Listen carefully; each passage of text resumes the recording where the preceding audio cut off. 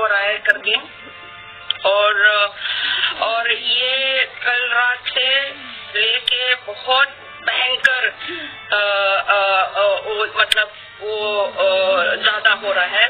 और मुझे चाहती हूँ कि हो सकता है तो जल्दी से जल्दी स्टेट गवर्नमेंट और सेंट्रल गवर्नमेंट कुछ करे कि मणिपुर में ये दोबारा मतलब पीस को ये सिचुएशन को खत्म होने। कुछ महीने पहले मैरी कॉम अपने राज्य को बचाने की दुहाई देती, पर इस दुहाई को कोई नहीं सुनता। पर 19 जुलाई को जब एक वीडियो वायरल होती है जिसमें एक महिला को नंगा कर सड़क पर घुमाया जाता है, उस वीडियो के वायरल होते ही पूरे दुनिया भर में और हिंदुस्तान में हंगामा मच जाता है कि मणिपुर में क्या हो रहा है। आइए हम भी जानते हैं कि मणिपुर में क्या हो रहा है और क्यों हो रहा है। मणिपुर में बहुत सारी ट्राइब है जिसमें से मेन 3 ट्राइब्स है, कुकी, मेतीस और नागास। मेती 7% आबादी है और वो 10% जमीन पर बसते हैं और वो हिंदू समाज से हैं। दूसरी तरफ कुकीज और नागास है, उनकी लगभग 40% आबादी है और वो 90% पहाड़ी इलाके पर बसते हैं और अधिकतर इनमें से ईसाई है। 30 और कुकीज बहुत सदियों से जमीन के लिए आपस में लड़ते रहते हैं। इस बीच राज्य सरकार के आदेश उनके आपसी वाद विवाद को और बढ़ा देता है।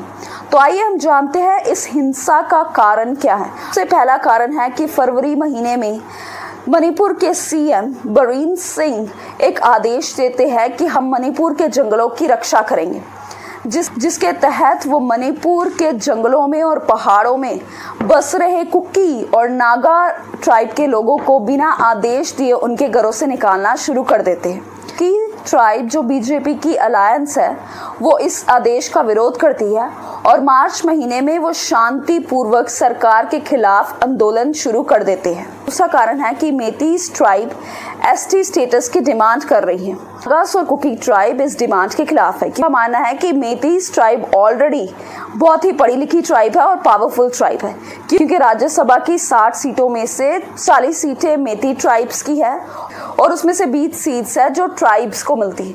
उनका मानना है कि अगर उनको एसटी का स्टेटस दिया जाएगा तो उनकी इकोनॉमिक और पॉलिटिकल पावर और कम हो जाएगी। इसके बीच 27 मार्च को मणिपुर की हाई कोर्ट आदेश देती है कि मेतीस ट्राइब को एसटी का स्टेटस दिया जाए और इस आदेश के बाद कुकीज और नागा ट्राइब्स आंदोलन को बढ़ा देते हैं।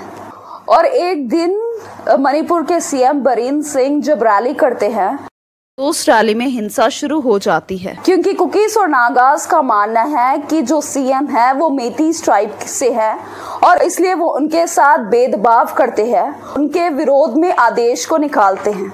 इस हिंसा के बीच एक दिन एक वीडियो वायरल होता है, एक लड़की का प्लास्टिक के लिफाफे में शव मिलता है। मेती ट्राइब जब इस वीडियो को देखते हैं तो उनको लगता है कि ये कुकी ट्राइब के लोगों ने हमारी किसी औरत के साथ दुष्कर्म करके उसको इस प्रकार से मार दिया है। कुकी और नागा ट्राइब के खिलाफ और हिंसक हो जाते हैं।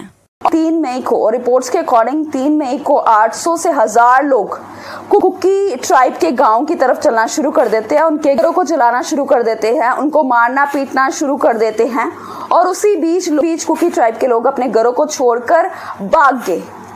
बाद में पता चलता है कि ये फेक न्यूज़ है। ये दिल्ली की एक औरत के साथ नवंबर 2022 में हुई दुर्घटना का वीडियो है। 4 मई को 3 औरतों को पकड़ा जाता है और उनको भीड़ के सामने नंगा किया जाता है, उनकी वीडियो बनाई जाती है और उनके साथ गैंग रेप किया जाता है। ये वीडियो 19 जुलाई को वायरल हो जाता है, जिसको देखकर पूरा देश और पूरी दुनिया शर्मसार हो गई और ये हिंसा दिन प्रतिदिन बढ़ती गई। लोगों ने एक दूसरे को मारना शुरू कर दिया और मणिपुर में बहुत सारे चर्चों को जला दिया गया, लोगों के घरों को जला दिया गया।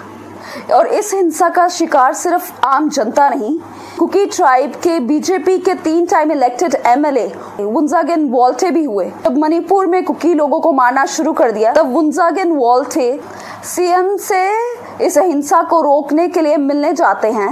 मिलकर जब वो वापस आ रहे थे तो रास्ते में एक भीड़ ने उनकी गाड़ी को घेर लिया। गाड़ी से बाहर निकालकर उनको बहुत बुरी तरीके से मारपीट की और उनको इलेक्ट्रिक शॉक लगाया, जिसकी वजह से वो पैरालाइज हो गए और अब दिल्ली अस्पताल में उनका इलाज चल रहा है। तो इस घटना से पता लगता है कि जब एक पावरफुल इंसान अगर वो इस राज्य में सुरक्षित नहीं है तो आम जनता कैसे सुरक्षित हो सकती है। और लोगों के अंदर इतनी दलेरी कहां से आई कि वो किसी को भी पकड़कर मारना शुरू कर देते हैं और उन्हें किसी प्रकार का डर ही नहीं है। और इस हिंसा को रोकने में मणिपुर की राज्य सरकार और हमारी सेंट्रल गवर्नमेंट पूरी रीति से नाकाम रही है और लोगों ने मणिपुर के सीएम बीरेन सिंह से इस्तीफे की मांग की। और जब वो इस्तीफा देने जा रहे थे तो ड्रामे की तो हिंदुस्तान में कोई कमी नहीं है। रास्ते में कुछ औरतों ने उनकी गाड़ी को रोक के उनके हाथ से रेजिग्नेशन लेटर लिया और उसको फाड़ दिया। पर इस अहिंसा की जिम्मेदारी कौन लेगा? इतने सारे लोगों की हत्या का जिम्मेदार कौन है? इतने सारी औरतों के साथ जो बलात्कार हुआ उसका जिम्मेदार कौन है? इतने सारे लोगों के घर जो जलाए गए उसका जिम्मेदार कौन है? और वायरल हुए इस वीडियो के बारे में जब मणिपुर के सीएम से पूछा जाता है, पत्रकारों को ये जवाब देते हैं कि आपने तो सिर्फ एक ही औरत के साथ ऐसा होता हुआ देखा है, पर मणिपुर में तो 100 से भी ज्यादा औरतों के साथ इस प्रकार से हो चुका है। इस सब के बीच में आम जनता का विश्वास सरकार से, पुलिस से, आर्मी से उठ चुका है, बल्कि मणिपुर की पुलिस भी बढ़ चुकी है। कुकी पुलिस ऑफिसर कुकी इलाकों में चले गए हैं और मेती पुलिस ऑफिसर मेती इलाकों में चले गए हैं ताकि वो अपने लोगों को बचा सके। और एक रिपोर्ट के अनुसार पता चलता है मणिपुर में जो कुकी ऑफिसर्स है उन्होंने अपने ऑफिस से छुट्टी ले ली है क्योंकि उनको अपनी जान का खतरा है। तो सवाल ये उठाया गया कि जब सरकार अपने अफसरों को सुरक्षित नहीं कर सकी, आम जनता को सुरक्षित कैसे महसूस करवाएगी? बात यहाँ पे नहीं रुकी और हमारे प्रधानमंत्री का 30 सेकंड का मणिपुर पर बयान देने के बाद भी हिंसा दिन प्रतिदिन मणिपुर में बढ़ती जा रही है और स्थिति को किसी प्रकार से रोका नहीं गया। और आपको न्यूज चैनल के द्वारा रोज कोई ना कोई खबर मिलेगी जो बताती है कि वहाँ पर हिंसा अभी भी हो रहा है और उस पर अभी तक काबू नहीं किया गया। कुकी और मेती ट्राइब का स्टेट और सेंट्रल गवर्नमेंट से ये अपील है कि वो शांति की बात तभी करेंगे जब पहले गांव को जलाना बंद किया जाए, लोगों को मारना बंद किया जाए।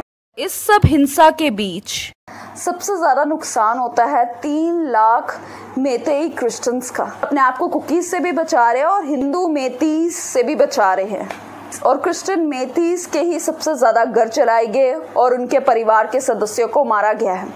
वो दोनों तरफ की हिंसा का शिकार है।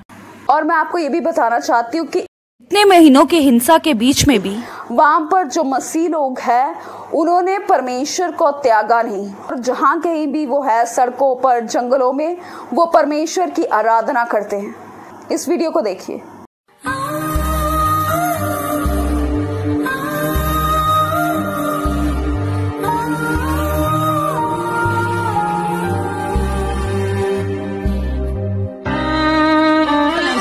We have lost so many lives. We have lost our dear husbands. We have lost our brothers. We have lost our dear sons. And we condole those family members. And not only our community, we condole the family members of the Meitei community because we know that many of them have lost their sons, their brothers and their husbands.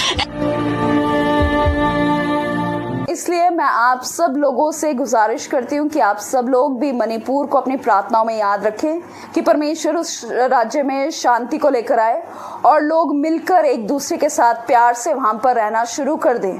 तो परमेश्वर आप सबको आशीष दे। God bless you and thanks for watching.